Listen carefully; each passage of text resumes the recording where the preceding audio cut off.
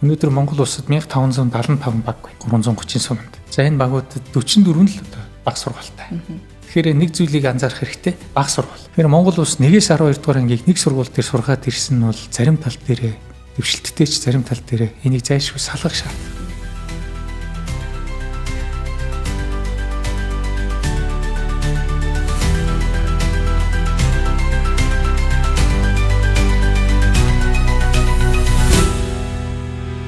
Сайн байцгаана уу? Нүб Юухтын сангийн подкастын маань ээлжид дугаар эхэлж байна. Хичээлийн шинэ жил эхэлж байгаатай холбоотой өнөөдөр маш хүндтэй болон онцгой нэгэн зочин ирсэн байгаа. Боловсролын сайд Наран Баяр. Баярлалаа тань цагаар. За өдрийн мэнд дэвшүүлье.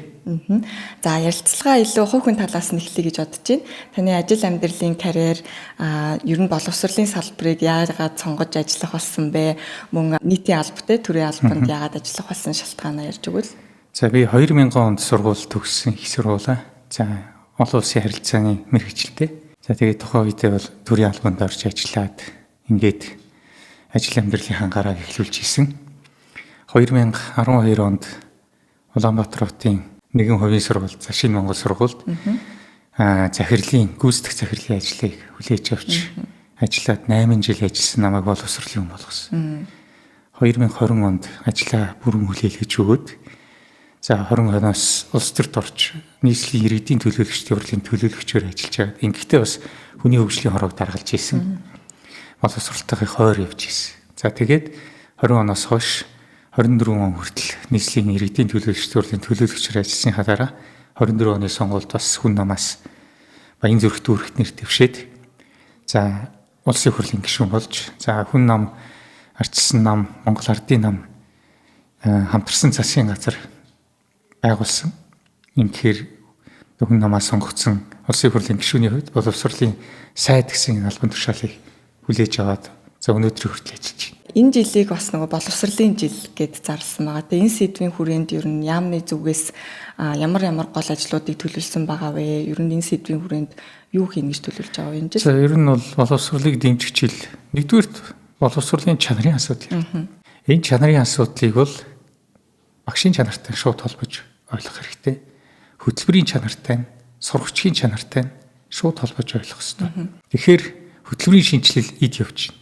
Өчигдөр боловсролын үндэсний зөвлөл хуралдаад сургуулийн өмнөх боловсролын хөтөлбөрийг бол сайжруулад батлах ийм чиглэлийг өгч байна. За ингээд хуулиар хүлээсэн эрх үүргийнхаа дагуу батлана. Сургуулийн бага сургуулийн боловсрол, дунд сургуулийн, ахлах сургуулийн ингээд цаашаа явна. За тэгэхээр энэ бол нэг 3 жилийн циклтэй ажил байдаг. Бас л их болгоомжтой хийн штэ. Яг го туршилтын журмаар хэрэгжүүлсэн бага боловсрол дээр сургуулийн өмнөх боловсрол дээр бүтэн 1 жил хэрэгжүүлсэн байгаа. За энэ нэгдүгürt явах. Багшийн одоо чанарыг дэвшлүүлэх төр бол өнөөдөр байж байгаа багшийн дутагдлыг арилгах. За мөн одоо багшийн одоо нийгмийн халамж, хангамжийг сайжруулах гэх мэт иж өрн бодлогоос гадна багшийг одоо бэлтгэх. За мөн одоо мэргэжлийн дэвшлүүлэхэд онцгой анхаарах хэмжээл болохыг. Тэгэхээр бид бол нийтдээ одоо англи хэлний багшийг гадаадад энэ жилдээ 300 дээр нэмэх нь 200 гэсэн хувилбараар 500 багшийг бэлтгэх. За богино хугацааны сургалт 1 сарын англи хэлний сургалтад хамруулахаар санхүүжилтийн шийдэл явж байна. Ингээд зоримог ийм шийдвүүдийг гаргах хэрэгтэй байна. Англи хэлний багш нар ярьж чаддаг л байх хэрэгтэй. Англи хэлийг ямар нэгэн одоо ичих зүйлгүйгээр өөрсдөө ярьдаг болж иж эрдмээ шавьтай өгдөг, сурагчтай өгдөг. Ер нь бол сурагч буюу одоо тэр шавьяасаа ямагт эрдмээр илүү байх гэдэг бол багшийн бас нэг барьдаг зарчим штэ. За хоёрдугаарт боловсролын тэгш хүртээмжийн асуудал. За энэ дээр бол өнөөдөр хүн ам өссөөр байна. Хүүхдийн тоо өссөөр байна. Энийгээ тагаа сургууль цэцэрлийг барьж байгуулах ажил бол хоцрогдож болохгүй. Сүүлийн жилүүдэд хөрөнгө оруулалт эрс нэмэгдсэн. Сүүлийн жилүүдэд орж байгаа сургуулийн тоо, орж байгаа ашиглалтад орж байгаа цэцэрлийн тоо нэмэгдсээр байгаа ч гэсэн энэ хурд нь хүн амынхаа өсөлт, хүүхдийнхээ өсөлтийг гүйцэхгүй. Бидний хийсэн тооцоогоор 2030 он гэхэд 88 мянган хүүхэд яг ерөнхий боловсрол төр одоо байгаагаас нэмэгдэж байна. Тэгэхээр энэ хүүхдүүдэд зориулсан 108 сургууль 95 цэцэрлэг цоошин нэр хэрэгтэй. Энэ ажлыг одоо эхлүүлэхгүй бид тоцрогдно. Тэгэхээр боловсролыг дэмжих жилийн хүрээнд бид өнөөдөр байж байгаа сургууль цэцэрлэгүүдийн одоо барилгын ажлыг мэдээж гүйцэхээс гадна энэ одоо төлөвлөлтүүдийг шинээр нэмж оруулахаар төсвийнхөө одоо төлөвлөгөөнд тусгаад батлуулаад ингэ явж байна. За улс орны эдийн засгийн нөхцөл байдал хүнд байна. Өнөөдөр 105 5 тутмыг 105 Америк доллараар борлуулна гэж хэлсэн нүүрсний орлого одоо $70 болж буурчаад төсөв 3.3 их найдаар тасрах юм аюултай нөхцөл байдал үүсчихэд ийм хүнд үеч гэсэн Монгол Улсын засгийн газар боловсролыг дэмжих хүний хөгжлийн мега төслийг хэрэгжүүлнэ гэдэг энэ байр сууриа одоо хатуу барьж байгаад би их баяртай байгаа. Тасаа хэллээ нөгөө боловсролын хүртээмжийн асуудал гэд хүүхэд хаана байгаагаас үл хамааран чанартай боловсролыг эзэмших ёстой гэдэг бол бас манай байгууллагын ажиллах зарчимдаа баримталдаг чухал зарчим байгаа. Үүнтэй холбоотойгоор энэ жилээс бид нар бол нэг баг нэг сургууль гэж санаачлагыг яамтайгаа хамтраад болон хувийн хвшилтэйгээ хамтраад хэрэгжүүлж эхэлж байгаа. Тэгэхээр энэ санаачлагын ач холбогдлыг та юу гэж харж байгаа вэ? Яг үнэн гэрийн дэрэгдэх сургууль хамгийн сайн сургууль байх ёстой. Сайн сургуулийг таны дэрэгд авчрах ёстой гэсэн бодлого өмнөх засгийн газрын тэрний өмнөх засгийн газрын ч гэсэн яригдж энэ тодорхой арга хэмжээ явагдсан байдаг. Энэ хамгаалан сайд бас сайд байх хугацаанд энэ чиглэл рүү 6 одоо тийм ээ ижүүрэн шинжилгээний арга хэмжээг бол маш зөрөгтэй хэрэгжүүлсэн. За энэ шинжилгээний арга одоо бодлогыг л бид илүү эрчимжүүлж хэрэгжүүлж байгаа гэж ойлгож болно. Энэ утгаараа жишээлбэл багийн баг сургуулиудыг байгуулахад би ЮНИСЕФ-тэй хамтран ажиллаж байгаа баяртай байдаг. Өнөөдөр Монгол улсад 1575 баг байна. 330 суманд. За энэ багуудад 44 л одоо баг сургуультай. Тэгэхээр нэг зүйлийг анзаарах хэрэгтэй баг сургууль. Тэгэхээр Монгол улс 1-ээс 12 дугаар ангийг нэг сургууль дээр сургаад ирсэн нь бол зарим тал дээрээ дэвшилттэй ч зарим тал дээр энийг зайлшгүй салгах шаардлагатай. Боловсруучнээ ботсон ч хүүхдийн чанарыг ботсон ч баг сургуулиудыг бол түлхүү яг баг дээр нь байгуулж өөрөөр хэлбэл эцэг эхээсээ одоо салаад гэр бүлийнхээ орчноос одоо холдоод 9 сарын хугацаанд жилийн 9 сар асар урт хугацаа штэ. Бие авч явдаг болдог насандаа хүртлэе бол ямар ч гэсэн гэр бүлдээ өсөх хэрэгтэй л байна. Гэр бүлийн хайр, халамж энэ дотор өснө гэдэг хүмүүжлийн эерэг нөлөөлт. Тэгэхээр багийн баг сургуулиудыг түлхүү байгуулж за тэр бол баг сургууль учраас хүүхэд зүйтэй, багш зүйтэй тусгай одоо хөтөлбөр хичээлдэг. Гэхдээ сургалтын хоцрогдол биш харин ч илүү ийм сургалтыг олгодог, ийм чөлөөтэй сургалтын сургуулиуд байх хэрэгтэй. Энэ утгаараа одоо энэ сургуулиуд эхэлж ингэж явж байгаа, амжилттай явж байгаа жишээнүүд байна. За тэгээд сая бас татврын ерөнхий хуульд 1% татврын хөнгөлтийн асуудал орж ирсэн нь бол хувийн хвшлүүдийг ч гэсэн нэлийн одоо энэ рүү ороход түлхэж боллоо. Тэгээ хаан банк тэргүүлээд за ингээд бусад одоо Монполимед за номин гих мэт те өөр би уучлаарай бас зарим нэг юм мартаад ах шиг байна. Ийм аж ахуйн нэгжүүд орж ирээд Монголд нэртэй аж ахуйн нэгжүүд орж ирээд энэ хөнгөлтийнхаа хүрээнд ЮНИСЕФ-ээр дамжуулаад энэ ажлыг хэрэгжүүлж эхэлж байгаа үед бол маш сайн. Хөлийн хүн ам төвлөрөлтөө ийм багуудад эхэлж штэ.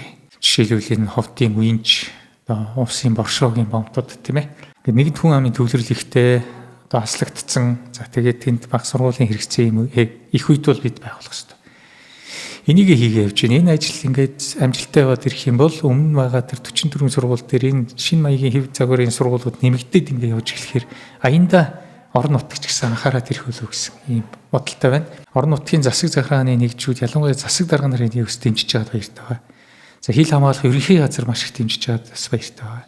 ЮНИСЕФ-ийн ажлыг одоо маш туршлагатайгаар шийдвэр төгс энэ ажлыг урагшлуулж байгаа бас баяртай байна. Яамны зүгээс бүх хил талаар хамтран ажиллаж байгаа.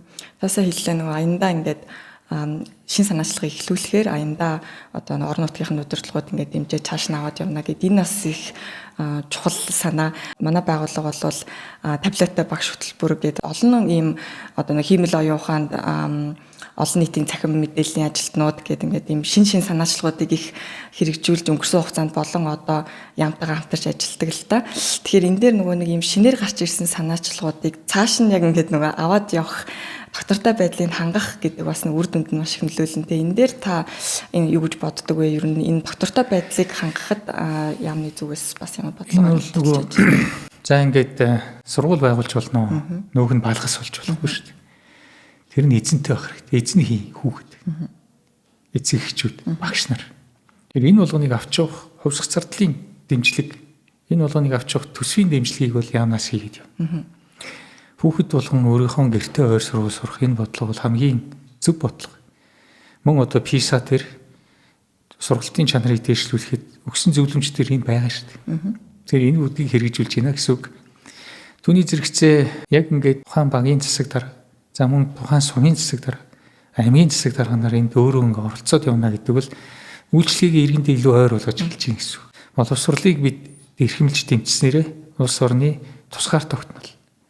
Түүний зэрэгцээ энх тайван хөгжил, түүний зэрэгцээ хамгийн үр дүнтэй хөгжлийн энэ үндсөөр тавьж байна л гэсэн үг.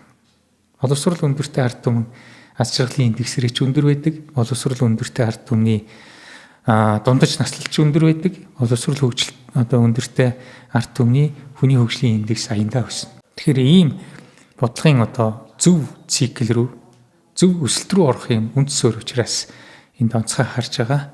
Энэ хувьсах зардлаар төрийн бодлого явна. Сүүлийн жилүүдэд бол нөгөө юм хэмэл оюун ухаан, за тийм технологийн юм шинэлэг байдлыг яг сургууль дээр суралцах шууд нөхцөл дээр нь ашигладаг юм тренд гараад байна л да Монголд бол олон улсад тий. Тэгэхээр энэ дээр та ерөнхийдөө бол бодлогын түвшин цаашдаа юу гэж харж байгаа юм? Ер нь бол AI буюу хэмэл оюун ухаан боловсролын салбарт орж ирээд хаалгын тогшчлоо. Нийт багш нартай хандаж уриалахад битгий хаалга хаагаач оруулаад ир. Хүүхдүүд ChatGPT, Gemini ашиглаад даалгавраа хийлд. Дээр нь тэдэнтэй ярилцаад илүү хөгжөөд яваг л дээ. Багш ч гэсэн өөрөө хөгжих хэрэгтэй. Хаагаад иж болохгүй. Танаас илүү магадгүй багш болчиход шүү дээ. Тэгэхээр тэрийг давах хэмжээнд та өөрөө хөгжүүлэх хэрэгтэй. Өнөөдөр хятад улсын AI-г шууд хэрэгэлдэг болж гэлээ. Тэгэхээр энэ улс үндэстнүүд AI-гийн ийм өрсөлдөөнд орсон юм монголчууд бид хэрэглээд явах хэрэгтэй. Өнөөдөр AI буюу хэмэл оюун ухаан хэлний бэрхшээлийг саад бэрхшээлийг арилгачлаа. Үндсэндээ арилгачлаа. Тэгэхээр энэ тохиолдолд бүх талаар ашиглах хэрэгтэй. Багшийн туслах байдлаар ашиглах хэрэгтэй. Ээлжид хичээлээ AI ашиглаж бэлдээч. AI-гийн хэлж байгаа зүйлийг өөрөө чеклж, шалгаж тэрний цаана гаргаж илүү бүтээлч сэтгэлгээний ийм хичээлүүд, ээлжид хичээлүүд шаардлагатай цаг үе ирлээ. Бүтээл сэтгэлгээ шаардсан хичээлүүд ямагт сонирхолтой байдаг. Хоосон цэжлүүлэхээс хамаагүй дээр байхгүй. Ямагт бүтээл сэтгэлгээ шаардсан хичээлүүд хүний оюун ухаанд тод үлдчихэд байхгүй. Хоосон цэжлүүлсэн хичээлүүд 95-6% мартагдана. Гэтэл бүтээл сэтгэлгээ шаардсан өөрөө мэдлэг бүтээхэд оролцсон ийм хичээлийн арга барил бол ямагт багштаач үлддэг, шавьтаач үлддэг, сурагчтаач үлддэг. Та түрүүн бас яг зөндөө олон юм саад бэрхшээлүүд мөн цаашдаа хийх ажлынхаа төлөвлөгөөг бас хуваалцсан. Гэхдээ нэг ингээд бадаад хэлгээд те дараагийн 5-10 жилд ер нь алсын хараа системийн ямар өөрчлөлтүүдийг та харж байна. Үзэж байгаа, сонсож байгаа эцэг эхчүүд, хүүхдүүд маань ямар гол мессежийг таны ярианаас авч үлдээсэй гэж та хүсэж байна. Би нэг дэлгэсэн тэрлэг шиг нутгийн гэж Монгол улсыг ярьдаг. Энэ нутагт бид 3.5 сая маш тархаа бутархаа оршин сууж. Гэхдээ тэнд дид үтцсэн. Боловсрол, эрүүл мэнд бүгд хүрч явах хэрэгтэй. Энэ манай хөгжлийн онцлог. Тэгэхээр энэ дээр яаж хүрэх вэ? Багийн баг сургуулиуд хүрэх нэ. Сайн боловсрол, сайн ийм сэтгэл дүүрэн аз жаргалтай суралцахын боломжуудыг бий болгохын төлөө бид ажиллаж байна. Хүүхэд нь сургуультай сэтгэл ханамж өндөртэй байх юм бол тэр гэр бүл аз жаргалтай болчихдог шүү дээ. Хүүхэд нь урвааж ирээл багштай загнуулсан ингэсэн тэгсэн гэд болох утгагүй зүйл яриад байл гэр бүл хэцүү. Тэгэхээр энэ асуудлыг шийдэхин төлөө бид ажиллаж байна. Шийдэж эхэлнэ гэж найдаж байна. Хоёрдугаарт нь өнөөдөр бид цахим хөгжлийг ярихаас өөр аргагүй. Цахим байдлаар улс орны өнцөг болон бүрд хүрэх энэ ажил бол эрчимжнэ. Өнөөдөр бид бас чадах нэгэрэн бас энэ Starlink-ийг тарааж байна. Starlink-ээр дамжиж интернет хурдыг нэмэх ажил явуулж байна. За бас интернетийн бас энэ төлбөр мөнгийг хямдруулах тал дээр бас яригдж байна. Мэдлэг цахим сургуулийн контент 20,000 давлаа. Энэ болгон хүндээ хүрч байгаа. Тэгэхээр энэ бүх зүйлийг илүү хэрэглээнд оруулах, сайн ашиглах ийм боломжуудыг бий болгохоор ажиллаж байна. Боломж, сонголт энэ бүхэн бол манай боловсролын онцлог байх болно. Боломжийг олгоод явна, ашиглаарай. Сонголтуудыг бий болгоод явна, хэрэглээрэй. Түүний зэрэгцээ Монголын багш нар ялангуяа англи хэлний багш нар чадварлаг англи хэлийг үндэсний хэмжээндээ сайн сурсан ийм үндэстэн байх болно. Энэ бол дэлхий рүү харах гарц. Энэ бол хөгжлийн том түлхүүр. Сая Киргизийн боловсролын яамныхантай уулзаад мөн Киргизийн сургуулиудаар ингэ явж байхад Монгол улсын англи хэлний боловсролыг бас муугүй байна гэж тэд бас ярьж байна. бид бас сайн хийж байгаа зүйлийг хүлээн зөвшөөрөөд илүү сайжруулцгаая. Үргэлж өөрсдийгөө хит шүүмжлэх нь бас тийм сайнгүй. Гэхдээ болохгүй байгаа зүйлээ бодтой харъя. Бодтой нөхцөл байдлаа ихцлэн харъя. Ийм зөрөгтэй байцгааг хамтдаа шийдэцгээе.